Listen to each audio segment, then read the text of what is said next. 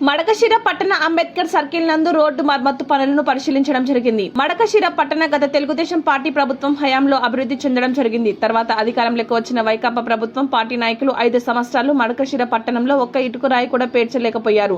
Madhugiri bus stand కట్టపైన road మధ్యలో ఉన్న transformer కూడా వైసీపీ ప్రభుత్వ హయాంలో విద్యుత్ శాఖ మంత్రి మడకశిరకు ఎన్నిసార్లు వచ్చినా దాన్ని తొలగించక అలాగే వదిలేస్తే మళ్లీ కూటమి ప్రభుత్వం అధికారులకి వచ్చినప్పటికీ నుండి మడకశిర పట్టణంలో రోడ్డు మధ్యలో ఉన్న ట్రాన్స్ఫారం ను తొలగించి పక్కకు అమర్చడం జరిగింది. అదేవిధంగా అంబేద్కర్ సర్కిల్లో గత వైసీపీ పాలనలో 5 సంవత్సరాలు మురికి కాలువలు నీళ్లు రోడ్ల మధ్యలో ప్రవహించి అనేక మంది ప్రమాదాలకు జరిగి ఆసుపత్రి పాలైనా పట్టించుకోకుండా అలాగే వదిలివేయడం జరిగింది.